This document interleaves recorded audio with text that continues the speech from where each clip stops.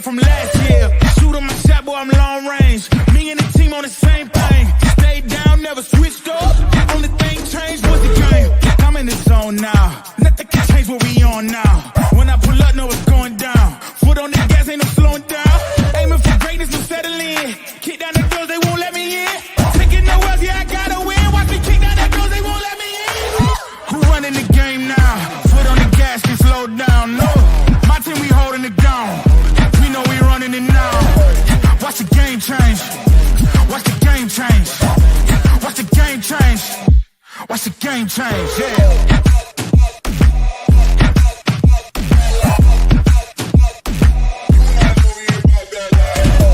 Watch the game change. Watch the game change. Watch the game change. Watch the game change. I do not gamble, but bet on me.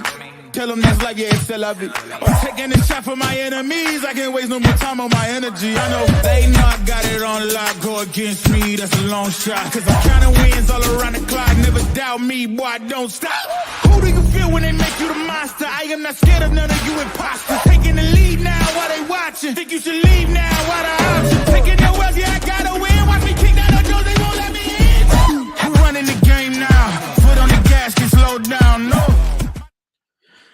Woo-wee, man. We have been treated to some beautiful basketball over this past first week for Cleveland as they improved to 5-0 after straight up demolishing the Los Angeles Lakers. Ladies and gentlemen, tonight was a special night. It was a special night for everybody Cleveland-based, right? Something we may never truly see again. No matter how many times LeBron James returns to play the Cavs in Cleveland, it was always must-see TV. LeBron James returned to Cleveland to play the Cavs alongside his son. Now, that's just downright special. No other word for it. As if you needed any other reason to watch this damn team right now. You got one more built in with this father-son duo competing against the Cavaliers, a team and a city that means so much to the whole James family and vice versa. We love LeBron over here. And if you don't, get some help. I don't know what to tell you.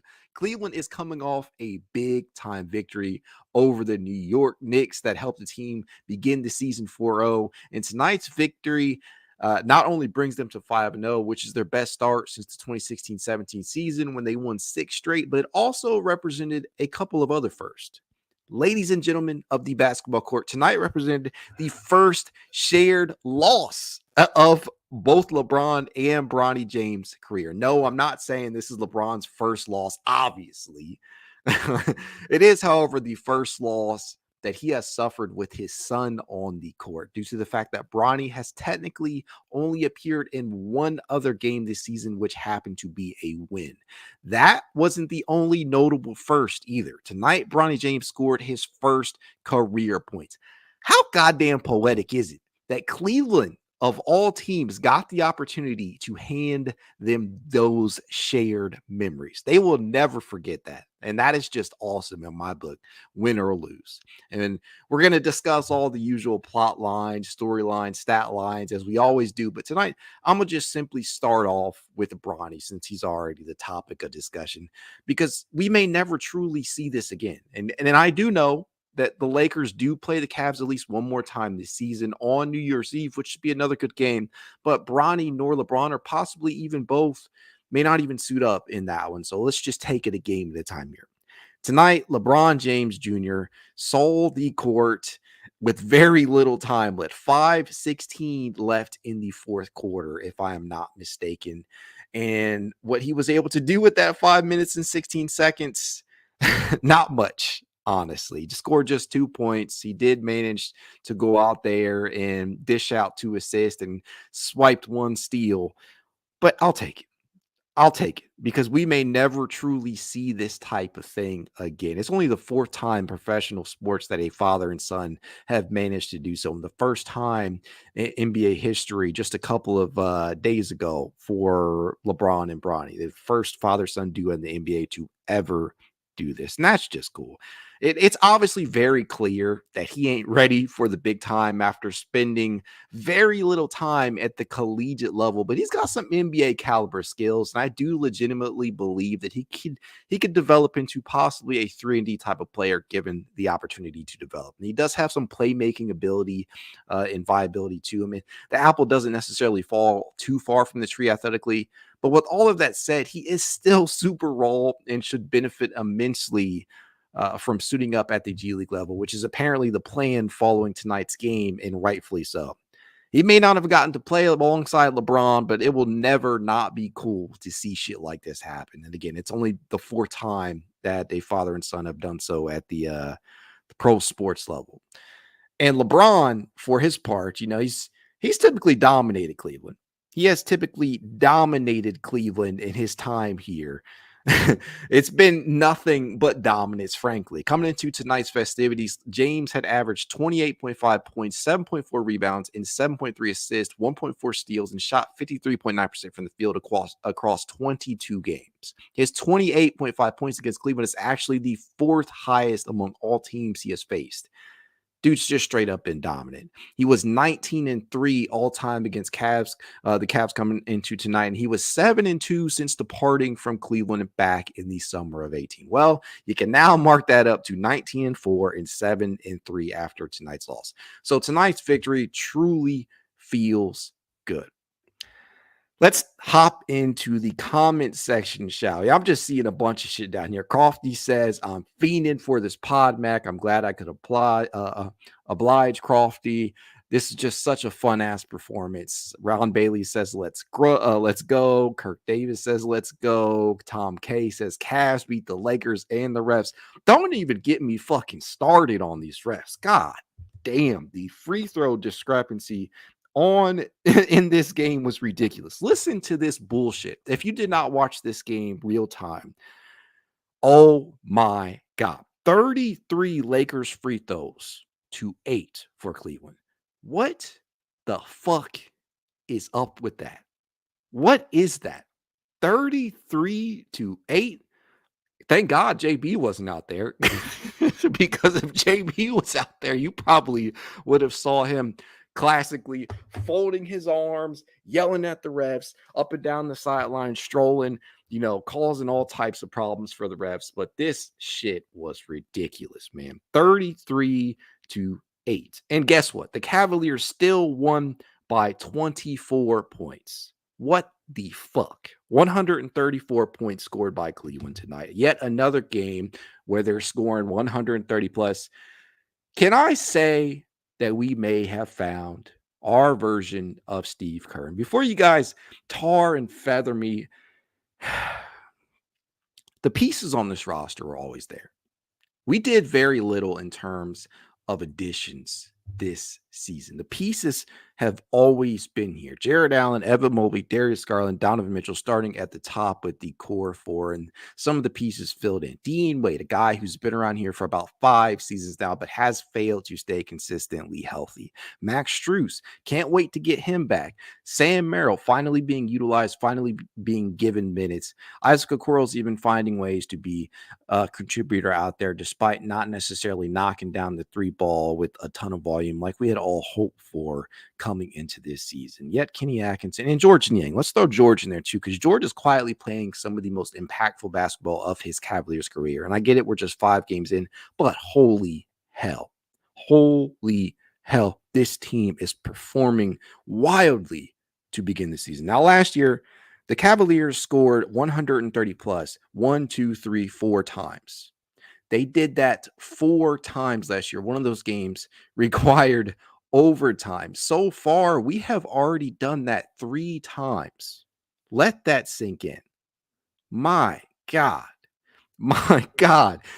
Just Kenny Atkinson and this offense has everything going. Just got everything going. The Cavaliers shot 58% from the floor tonight, including 41% from 3-point distance on 41 attempts. Holy shit.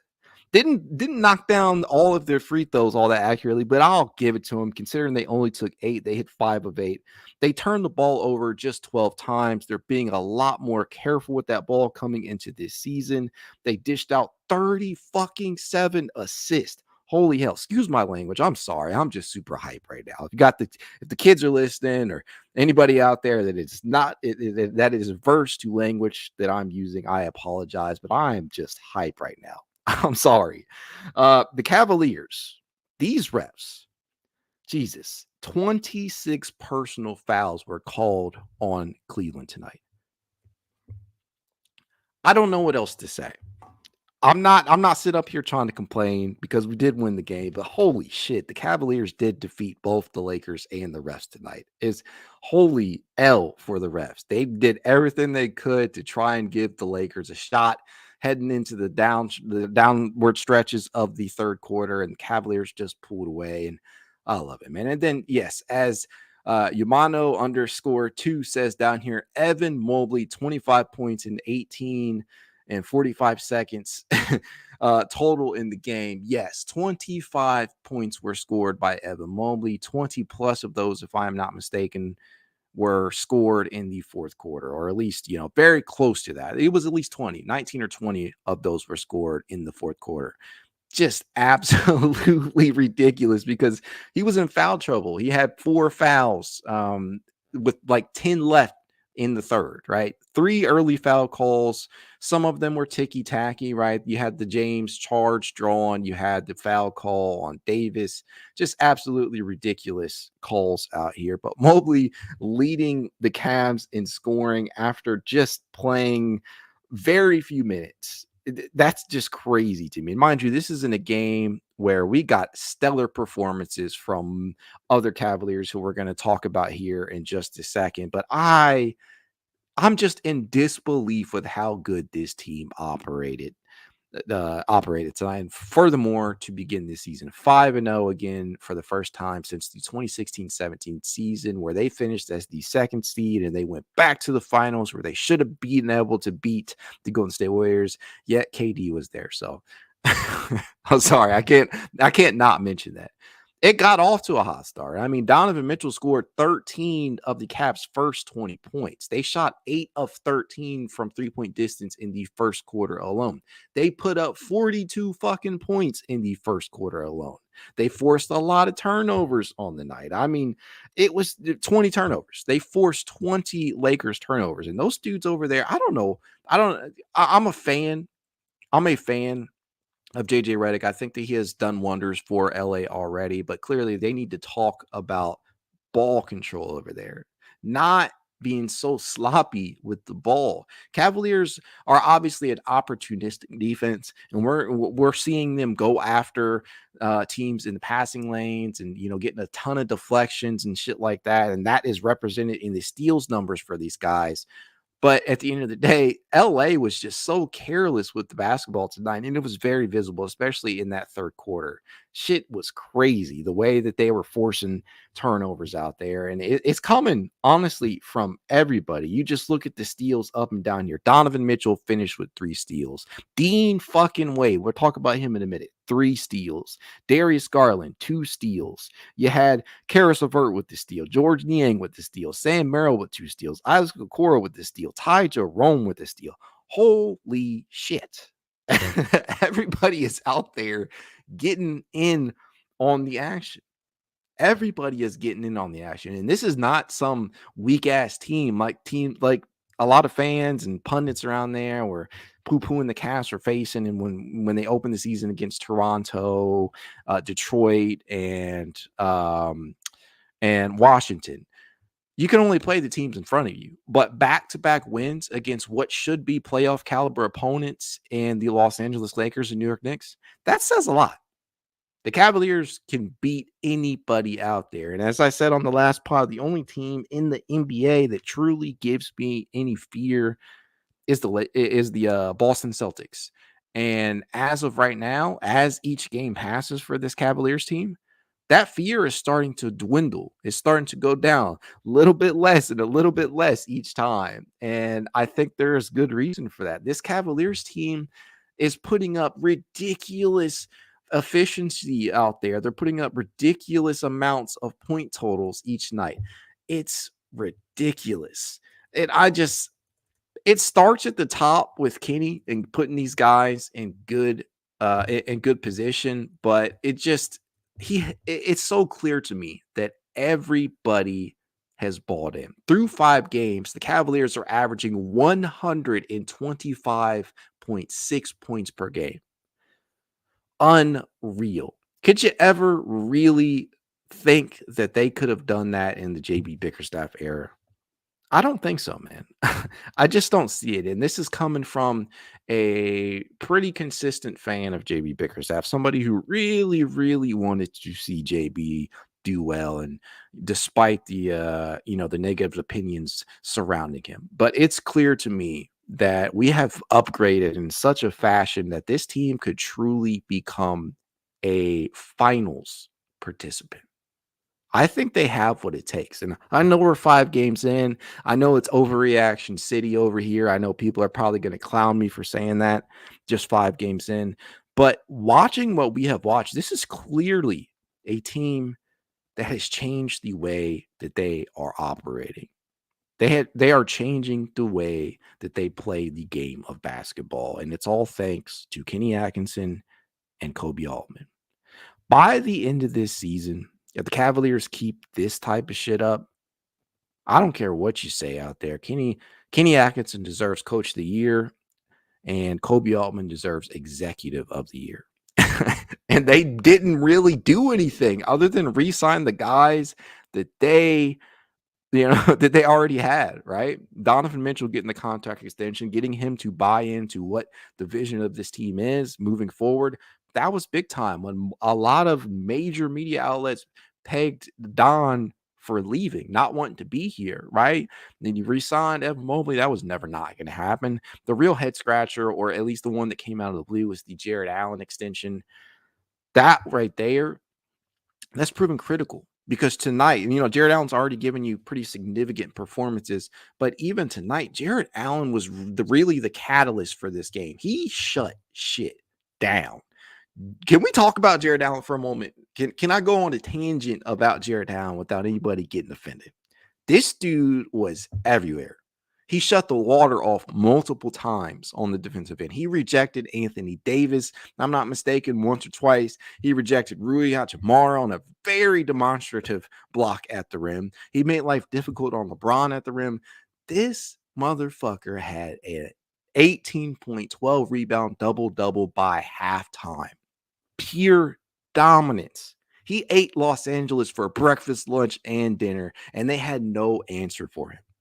It was just phenomenal basketball being played from Jarrett Allen, and he's doing this on such high efficiency. It is not even funny. I mean, 9 of 12 from the field tonight. On the season, he is knocking down, I don't think they've loaded up the per game averages, including tonight, but through 4 games prior to tonight, he was completing 80.6% of his field goal attempts.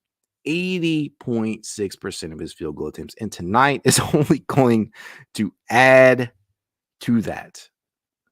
Outstanding efficiency. A lot of it is coming at the rim. He is still a major lob threat out there, and he will run the floor with the best of them. This is the perfect type of offensive system for him, and considering that the pace has been elevated and the guys are just playing to their strengths, which is something that never felt like a real possibility under JB Bickerstaff. But it's clear to me that these guys love playing for Kenny Atkinson because he has just gotten the highest level of contributions out of them through these first 5 games. Dave Lowry says, Coach of the Year, we've played 5 games. Yes, I'm going to assume that you mean that you believe he is going to be Coach of the Year, even though it's only been 5 games. If not, I still agree either way.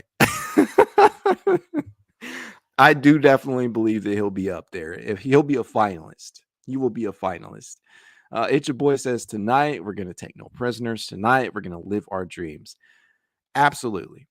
everybody who's been shitting on this team, talking about, well, they haven't played anybody yet. They just came off of back-to-back dominant performances against two teams that should be in the playoffs.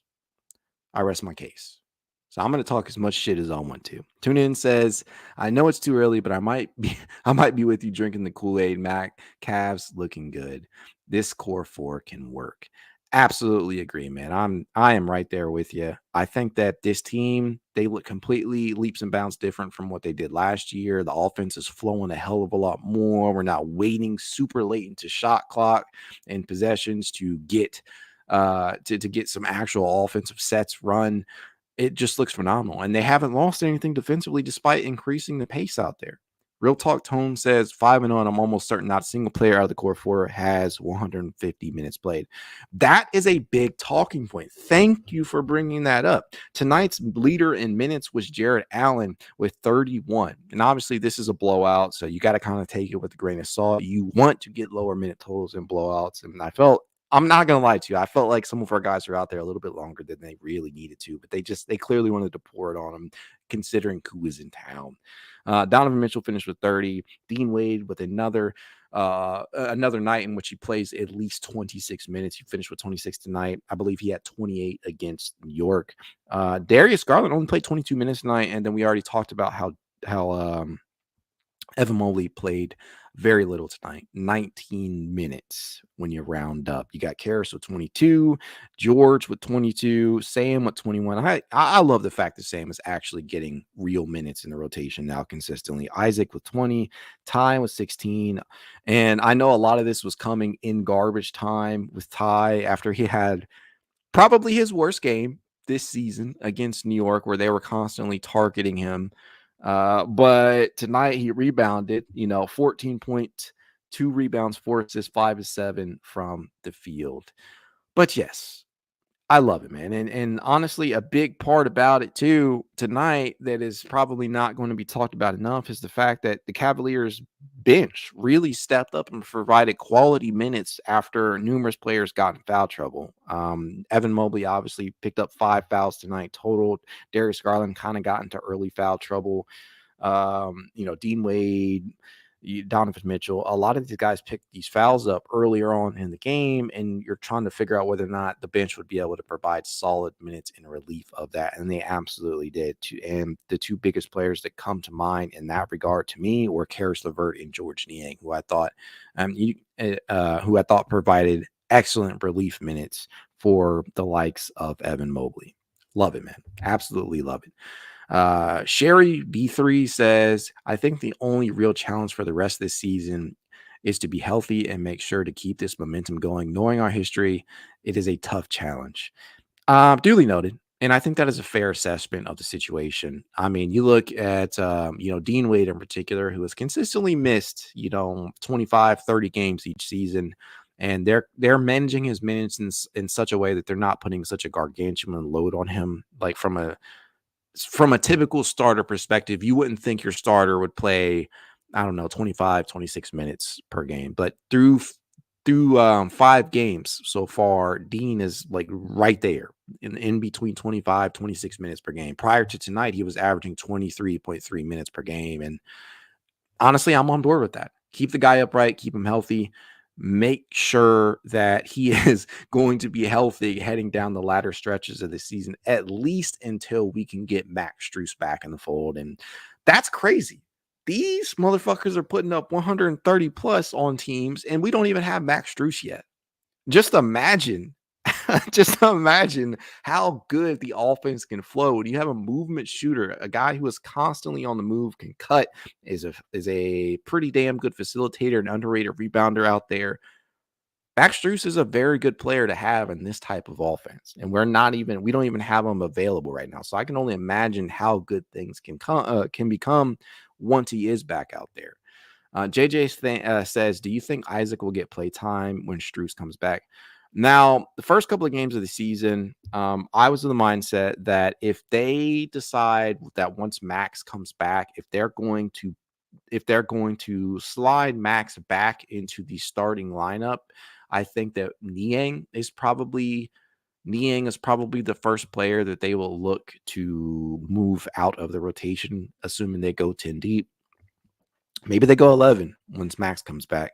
But if they end up keeping Max on the bench, like not out of the rotation, but if they allow Dean to continue starting, then I think that you have to have a real conversation for you have to have a real conversation between probably Okoro and Niang.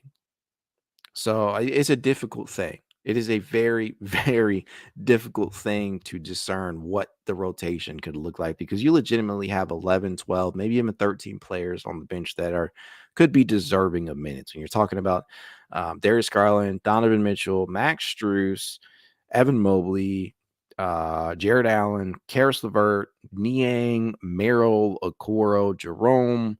You can throw Tyson in there, I suppose.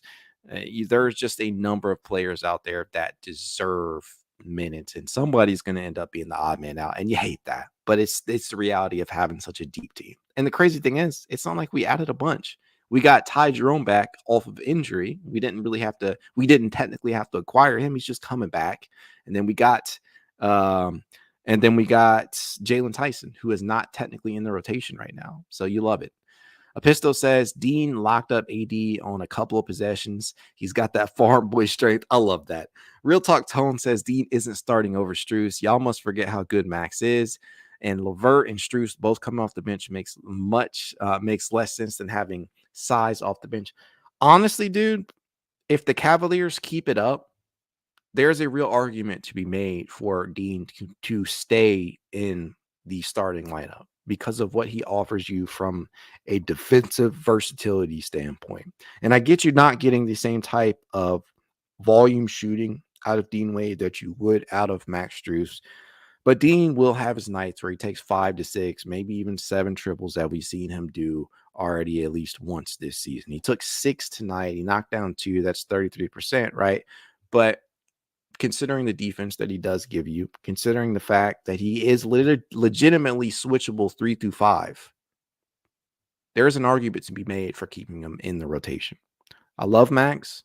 I think that you can also make a very solid case for Max Strus in the starting lineup, considering that he is an excellent movement shooter, somebody who always constantly in movement can cut, is an underrated rebounder, not a terrible defender. He's just undersized playing defense up a position when he's technically, in my opinion, a 2. I know that he has logged predominantly the bulk of his minutes at the 3 in his seasons with Miami and with Cleveland last season, but Max is always going to be at a disadvantage from a defensive standpoint. And when you're already starting 2 backcourt players in Garland and Mitchell, who are 6'3" and under, one of the ways that you can get around that is having a supersized front court. And you get that with Wade, Mobley, and Allen, who are 6'9" and up. I mean, you got 2 7-footers at the 4 and 5, and you have Dean, who is easily 6'8", 6'9" out there and can legitimately use his body to defend some of the best wings in the game. And we saw that tonight. And that's the beauty of having a Dean Wade in your starting lineup. I mean, it's not always going to be pretty. You're going to have, when you look at what Dean can provide you with, I would advise you never to truly take the stat sheet solely into account, because this is never going to be something that works in his favor. But honestly, I was really intrigued to see what the matchups would look like tonight. I was curious against New York. I was really curious tonight. I was really interested in seeing who would draw the difficult task of defending the man widely thought of as being one of the 2 best players to ever play, that being LeBron. Would it be Dean Wade, who had only faced LeBron once since entering the league back during the 2019-20 season? And it's hard to believe that, right? Dean is only technically matched up with LeBron once, despite Cleveland and Los Angeles playing multiple times since he broke into the league, but he has only technically matched up with him in 1 game. And in that 1 game, he held LeBron to 3 of 6, including 1 of 3 from 3-point range. Or would it be Evan Mobley, who has prior to tonight held up very, very well against LeBron, held him to 13 to 30 in 6 career games, or rather 43.3%, or even Jarrett Allen, right? Would one of those 3 guys spend time defending LeBron? And how about Anthony Davis, who would take that dude on we all know that LeBron gets most of the media's attention, but Anthony Davis, when he's not made of glass, when he's actually healthy and confident, he can legitimately be a top 5, top 10 player. My gut prior to the game starting was telling me that Dean Wade would be placed on Rui Hachimura and Evan on LeBron, and Jarrett on Davis, and you just switch if need be. And again, that's the beauty of the front court. And honestly, that's what the game started out as. We saw Evan Mobley go out there and take the first crack at LeBron. We saw Dean getting placed against Rui, and we saw Jarrett Allen completely stifle Anthony Davis on multiple possessions. And those guys just spend time switching. And you know who else we saw spend a ton of time defending LeBron? Caris LeVert. That was another player that, he's legitimately defensively versatile enough to defend 1 through 4 at times. Don't want to see him defending power forwards too often. Don't want to see him play power forward too often. But you have a lot of these players, for all their faults, right? Because Cleveland, they still have some flaws. They still have some needs. We do need a bigger 3-4 out there. And I'm glad that we have Dean. And on the bench, right, we need some more size at the backup 4-5. Can't truly rely upon Tristan Thompson when you need to. Niang is not a big dude out there. We do have some flaws and holes, but some of the beauty in what we do have is that a lot of these players are positionally versatile enough to line up at 1, 2, 3, 4. You can place them in multiple spots. You can have them defend multiple spots, and Caris falls right in there too. So I think somebody asked me to talk about the 6th man of the year possibility for Caris, and he's been damn good to start the year. I know he kind of, from a statistical standpoint, he didn't show up too, highly in that Knicks game, but he was damn impactful, right? And in the 4 games prior to tonight, LeVert came in averaging 10.8 points, 3.3 assists, and 2 rebounds, and a little over 21.5 minutes per game. He came in shooting pretty hot too, 66.7% from the field, 62.5 from 3-point distance. And tonight, LeVert would give the Cavaliers 16 points, 6 assists. He had another efficient night, shooting 6 of 8 from the field and 4 of 6 from 3-point range. Absolutely bonkers on the offensive end. And then you think of what he provides you with defensively, being so versatile out there and being able to take on some of the tougher perimeter matchups. LeVert is he could easily be playing himself into a new contract that the Cavaliers may or may not be able to afford, because you remember coming into the season, I, along with many other people, are thinking, hey, this could potentially be Caris LeVert's final season in Cleveland due to the impending free agent status that he has. This is a contract year for LeVert, and if the Cavaliers are going to capitalize on what he could potentially bring to the table in a trade, being hot, and having a great start to the season would certainly increase his trade value. But if the Cavaliers do turn around and say, you know what, we kind of like what this Caris LeVert guy gives us under Kenny Atkinson, it is totally within the realm of possibility for them to throw him a contract and see if he will sign for maybe a little bit cheaper. But that is way, way, way later on down the line this season. To begin this year, all I know is that Caris LeVert has been one of the Cavaliers' 6 best players out there, right? He has just been so phenomenal, and I'm in love with what he has been able to bring to the table. In and out of the abyss probably says it best down here. He says the hiring of Kenny Atkinson saved LeVert. Kenny really knows how to get the best out of him. Ditto for Jarrett Allen, who we already mentioned. Like, Jarrett Allen is having by far his most efficient start to any season of his pro career. They finally updated it. Through 5 games this season, Jarrett Allen is averaging 17.8 points, 11 rebounds, 1.8 blocks. He's playing just 28.8 minutes per game, mind you, and he is completing 79.1% of his field goals. Insane efficiency. And I get it. I totally get it. We're just 5 games in. But I have to agree with what In and Out of the Abyss says down here. I do think the hiring of Kenny Atkinson has truly made a difference for players like LeVert and Allen. And what you love about Allen in particular is that he's not a guy who's going to require a lot of touches to be truly impactful out there. Like 12 total field goal attempts tonight. I don't have the number of touches that he had. I'll probably post that in the morning. But he's not a guy who's going to be up there. Like you take a look at Donovan Mitchell. Donovan took 20 shots tonight, went 4 of 10 from 3-point distance.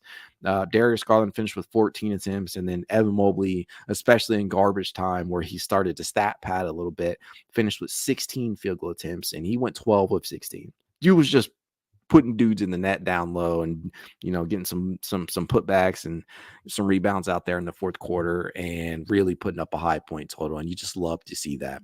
Real Talk Tone says, Ja is our second best player.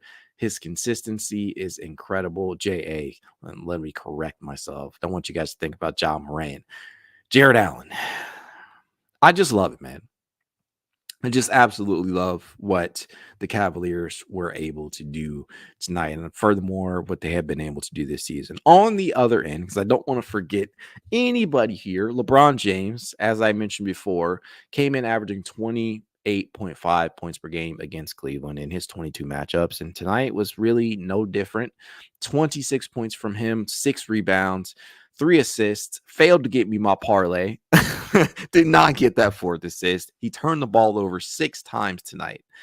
Uncharacteristic of LeBron, right? 9 of 13 from the field, 1 of 3 from 3-point distance, and got a lot of foul calls. 7 of 7 from the free throw line. You're probably never going to hear that, or you're not going to hear that too often, where LeBron is perfect from the free throw stripe, because as the years have gone on, LeBron's efficiency from the free throw line has been hit and miss. But tonight, especially in that third quarter, he was really able to generate a lot of foul calls, and I hated that. But the usual LeBron James stat line, right? High number of points, high number of rebounds, not necessarily a super high total of assists tonight, but he made his case out there, and he did what he could. Anthony Davis would finish with 22 points, 13 rebounds. As I mentioned before, when Anthony Davis is actually healthy, when he's not made of glass and he's upright, he can legitimately be a top 5, top 10-ish player out there. And he came in averaging a shitload of points too. But tonight, despite him having a technically statistically relevant game, Cleveland still managed to shut shit down, right? LA shot 49.4% from the field. They only shot 21.4% from 3-point distance. That was big time. They managed to pull down 46 rebounds, which was actually a higher total than Cleveland tonight, to Cleveland's 42. And there wasn't a lot of made field goals out there, just 21 assists to Cleveland's 37. You think about what they could potentially look like as the season goes on, and JJ really gets a hold of things there, and they solidify what that bench is going to be. And I really do believe that LA is going to be one of the top 6 best teams in the West. I don't know what their ceiling is right now. I won't even begin to comment on that, but I do believe that they are in a much better place than they were last year, last 2 seasons, honestly, under Darvin Ham. JJ Redick is just the same way that we are so damn proud of what we have gotten out of Kenny Atkinson so far. JJ Redick has been pretty damn solid over there to start his NBA coaching career too. When you consider that JJ has no experience whatsoever in the coaching ranks, not even as an assistant. Now, Kenny at least had a previous head coaching tenure under his belt before he came in, but I'm glad we brought in the right guy. Right. It was really down to, if I'm not mistaken, James Borrego and Kenny Atkinson, and we got our guy. Kenny has just made such a big difference for this Cavaliers roster. He's gotten everybody to buy in. We haven't lost anything significant on the defensive end, and I know that was a big time concern of many a Cavs fan out there. And honestly, how could you blame him? The pace was a huge talk coming into this season, and the pace was played at 105 tonight, right? And that's coming off a performance against the Knicks where New York, honestly, it felt like they dictated the pace a lot. I think I finished with a 97 pace against New York. They finished with 105 tonight. So you love to see that. It is definitely something that that can be replicated. Kenny Atkinson offenses, as we all know, have truly been like a top. I don't think they finished outside of the top 11 in pace in any season that he had while he was in Brooklyn. So they're going to move up and down the floor. They're going to take a ton of threes. And more often than not, hopefully they're going to make a lot of them because Cavaliers do have a bevy of shooters. And this is easily and by far the most talented group of players that Kenny Atkinson has ever had an opportunity to coach. And, it shows in just how effective and efficient they have been to begin this season. Chin says, the minutes management has been great. He is pushing the right buttons. I look for that to level out a little bit more as we play more challenging teams, right? New York and Los Angeles certainly count as that, as you got more minute total. You got higher minute totals out of your starters against these last two teams than you did against the previous three. Again, Jarrett Allen led the way with 31. Don had 30. But everybody else outside of that finished in 20s and below. And you love that because what does that do? That allows you to keep guys fresher as the season wears on. That allows Kenny to go deeper into his rotation. And by doing that, everybody's happy. Everybody gets to touch the ball a little bit more. And everybody who suited up tonight got to play. All, would say 13 players who actually suited up tonight got to play. And you'll love to see it because Kenny, he could have been BSing us. He did come into the season saying, well, I'm going to play 10, 11 deep. It's fine and dandy to hear that. But when it all comes down to it, are you actually going to do that when the season starts, when it counts? And he has done that. He has routinely now played at least 10 players. The rotation has technically been solidified. You have your starting five with Wade as your starting three as of right now. And then you have Caris LeVert, George Niang, Sam Merrill, Isaac Okoro, and Ty Jerome those five players off the bench. And when Max comes back, as we said before, it's going to be a difficult conversation, but one that is a good one to have. These are good problems to have. And Kenny is as was said previously, by Chin, is pushing all the right buttons. It definitely helps that we're having these blowouts, but you got to give all credit where it's due. Pesta says Donovan Mitchell is the perfect superstar. His genius isn't talked about enough.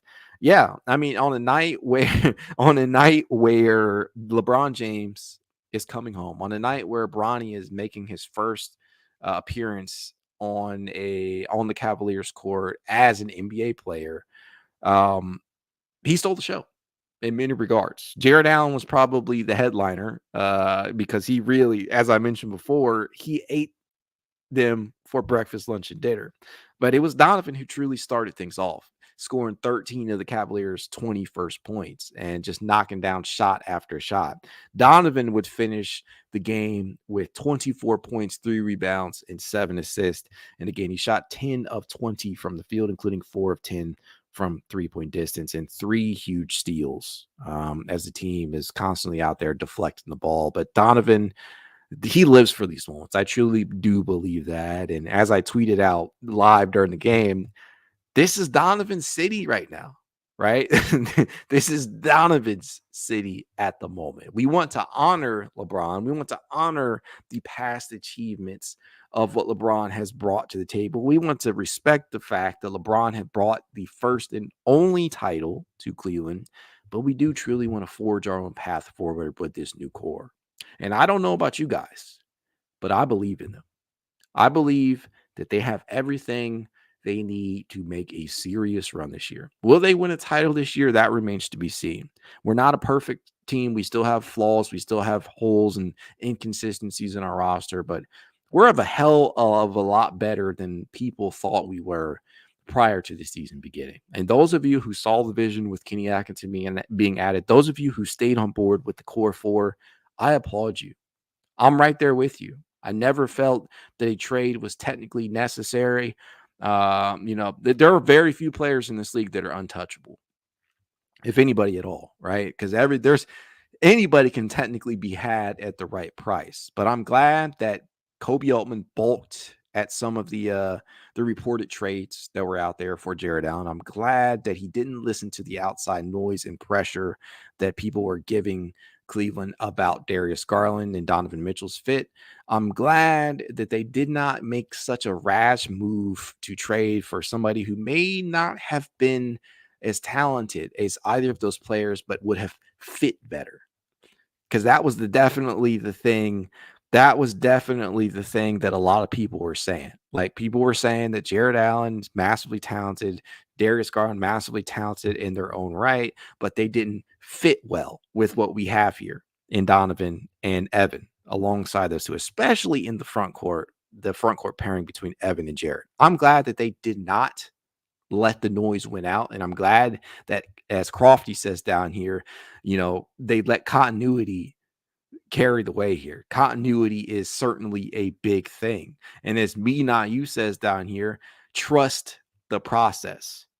Hate to steal anything from the Philadelphia 76ers. I can't stand Philly. Ironically, I'm a Philadelphia Eagles fan, but I cannot stand Philadelphia 76ers basketball. I can't stand that franchise. But ironically, that being the case, trust the process. That's the one thing that I will steal from them. I'm glad that we let continuity be the key here. Mike Weislong says, is there a chance Dan goes into the tax this year? I think that they would really, really have to consider where they are as a team, right? Where they are as a team, because with Caris being on an expiring contract, I would imagine that that's an enticing trade chip to certain teams out there. And it all depends upon salary, what you're bringing back in. And they structure the contracts in a certain way that they're not going to align in a manner that forces them into anything this season. Right. Isaac Okoro's contract, that was a big deal in getting him to sign on the particular line that he did, because they did not go over the luxury tax threshold to truly get it done. Right. So next year's when you're going to have to start making some of those decisions. And, that to me starts with Caris, but, it's too early in the season, I guess, to really truly truly worry about that just yet. Double J says, can take years to figure out. The patience is great to see. Yep. Miles Westmoreland says, yep, so many fans thought this core was going nowhere. Management knew they were clueless. Completely agree. What Talking and Grubbing Media says, what's up, Mac? Why can't you stand the 76ers?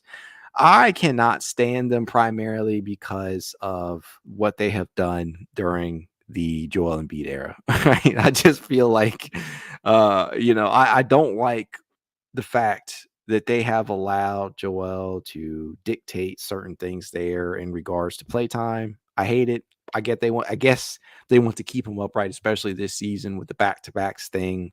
But I can't stand the fact that they are, especially in games against Cleveland. This is probably one of my big things. The officiating of Joel Embiid against Cleveland's bigs has always been something that has really given me a lot of issues. I hate it. I won't delve too much deeper into it, but there are some specifics there that definitely have annoyed me with the franchise. Pistol says it's more about the penalties deeper into the tax you want to avoid. The money isn't an issue for Dan. Exactly. Dan has the pockets. He will get it done. But at the end of the day, we have to see just how confident the Cavs are in this current group. And obviously with them re-signing Don, re-signing Evan, giving Jarrett a couple additional years to his contract, I would think that they are comfortable with where they're at. Let's see here. Double J says, exactly. So young too, they're going to grow together and we're seeing it pay off. I hope so, man. I truly do. And that was a response to Me Not You saying the biggest point of pride tonight should be how Mobley and Garland responded after playing limited minutes. Lots of growth and maturity. Yeah. And again, as I said before, I did believe that they played a little bit longer than they really needed to. I didn't think you needed to have Mobley out there as long as you did, but I get it because, prior to being reinserted, I think he had only played 13 minutes.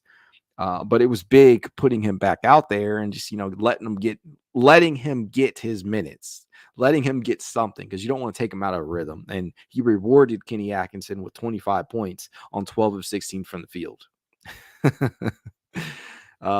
Definitely love the fact that they were willing to do that. Real Talk Tone says Mobley was working for Vegas. That's why he wasn't in that long. I love it, man. But Mamadou also says it was good to get Mobley more reps in the fourth. It was. he needs as many reps as he can in this new offense, and getting him more touches can only be beneficial when when the situations truly start to matter. And so while he was out there beating up on the Lakers bench, I enjoyed it thoroughly. And I'm so glad that they were able to steal the spotlight, if for only one game, from LeBron and the James family, and what has typically been a complete demolition of Cleveland. Every single time LeBron comes back, it's usually been a W on his end, right? As I said before, 19-3 prior to tonight all time against the Cavs, 7-2 prior to tonight since leaving Cleveland back during the summer of 2018. And anytime you can hand the man that they dubbed the king a W, or a L rather, it's been a good night. It has been a great night. And with that being said, it's probably a great place to end it off at. I hope you guys enjoyed the show. I hope you enjoyed the game tonight. And as I always tell you guys, if you'd like to reach out to me, you know how you can. It's Cavalier_pod on Twitter, TikTok, Instagram, YouTube, and more. If you're watching over on X or you are on YouTube right now, hit that like button. Make sure you subscribe. If you're new here, you don't want to miss out on any of the Cavs coverage that I provide throughout the season. I try and go live as often as I can after games, and I will provide the additional content as I am able to. Go Cavs.